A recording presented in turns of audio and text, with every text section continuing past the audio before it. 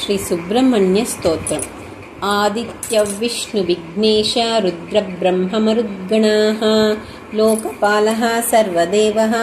चराचरमिदं जगत् सर्वं त्वमेव ब्रह्मैव अजमक्षरमद्वयम् अप्रमेयं महाशान्तम् अचलं निर्विकारकं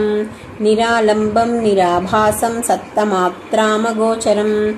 एवं त्वां मेधया बुद्ध्या सदा पश्यन्ति सूरयः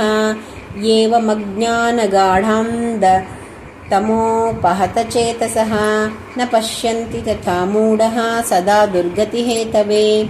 विश्वादीनि स्वरूपाणि लीलालोकविडम्बनं कर्तृमुद्यम्यरूपाणि विविधानि भवन्ति च तत्तदुक्तः कतः सम्यक् नित्यसद्गतिप्राप्तये भक्त्या श्रुत्वा पठित्वा च दृष्ट्वा सम्पूज्य श्रद्धया सर्वकामान्मवाप्नोति